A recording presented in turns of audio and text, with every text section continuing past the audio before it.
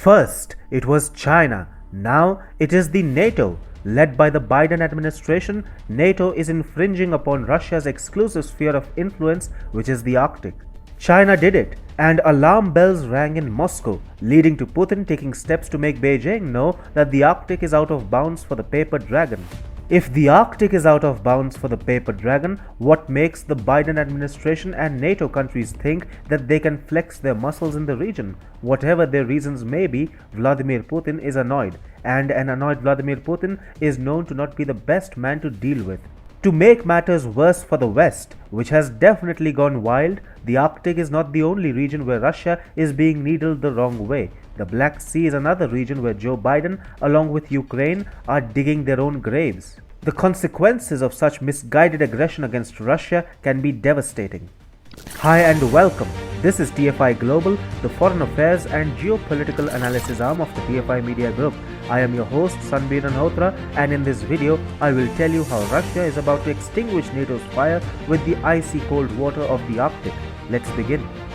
The North Atlantic Treaty Organization, at the behest of the Biden administration, is playing with fire. Apart from referring to the Arctic region as the North Atlantic and seeking to establish its dominance over the ice-capped region, NATO has also started practicing sinking Russian submarines in the region. Vladimir Putin is hardly impressed, and the latest move of the US-led NATO to name a Russian submarine sinking exercise as Dynamic Mongoose only adds to the insult being meted out to Moscow. For the uninitiated, mongoose are animals that take on and kill snakes. NATO has clubbed the Arctic alongside the Mediterranean Sea, Baltic Sea and the Black Sea as its domain. The fact that Russia prizes its dominance over the Arctic has not deterred the NATO countries from stepping up aggression against Moscow at a time when there are practically no offensive maneuvers which Russia has resorted to. Vladimir Putin is not stepping on any toes, and attempts by NATO to put him on fire will definitely be met with a jaw-breaking response. It is for this reason why we call President Joe Biden a warmonger. He has the ability to create conflicts where there are none and escalate them in no time. The anti-submarine exercise being held in the Arctic has countries like Britain, Canada, Denmark, France, Germany, Iceland, Norway and the US participating. 2 submarines, 6 military vessels and 8 aircraft are involved. Commodore Bradley Peets, commander of Standing NATO Maritime Group 1, was quoted as saying, "By exercising and validating our anti-submarine warfare capabilities, tactics, techniques and procedures during Dynamic Mongoose 21, NATO will be better prepared to counter and, if necessary, defeat a subsurface threat during an emerging crisis or conflict. I am confident that collectively we will be able to operate effectively in a subsurface threat environment where joint warfighting proficiency with submarines, maritime helicopters and maritime patrol aircraft is essential to mission success."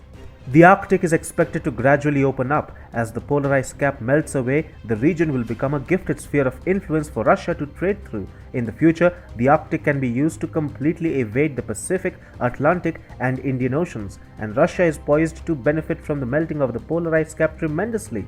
But what that also entails is the strengthening of Russia's geostrategic position and standing, which NATO, at the behest of the Biden administration, is trying to cull. Russia, however, is in no mood to let go of the Arctic just yet. A few submarines being paraded around by NATO will definitely not deter Vladimir Putin from ensuring that when the Arctic opens up, it is Russia which dominates it. And why should it not? Russia shares the vastest coastline with the Arctic, while the US has only Alaska to account for.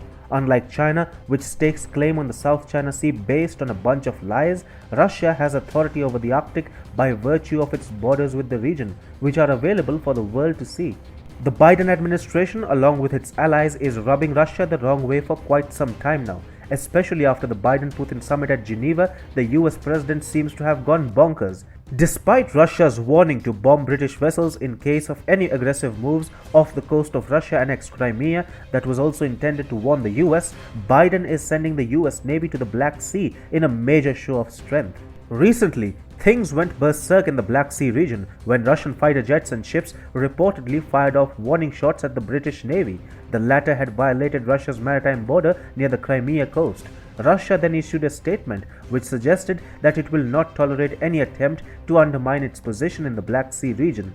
On 21st June, the US's 6th Fleet announced that it would participate in the Sea Breeze exercise in the Black Sea, scheduled to take place between 28th June and 10th July. The exercise, being co-hosted by the US and Ukraine, has the largest number of participating nations in the exercise's history, with 32 countries from 6 continents providing 5,000 troops, 32 ships, 40 aircraft, and 18 special operations and dive teams. Evidently, Joe Biden is flexing his muscles before Putin. Russia, however, has made it clear that it will fire on and destroy all enemy assets looking to act smart in the Black Sea. Russia has begun a live-fire military exercise of its own in the Black Sea in response to the US-Ukraine war games. 2 days before the announcement of its own exercise in the Black Sea, Russia had also tested its air defense systems in Crimea. The meeting between the American and Russian presidents seems to have led to no constructive change and has only aggravated tensions between the two superpowers. The Biden administration, along with its allies, is making a big mistake by poking into Russia's eyes right in its territory.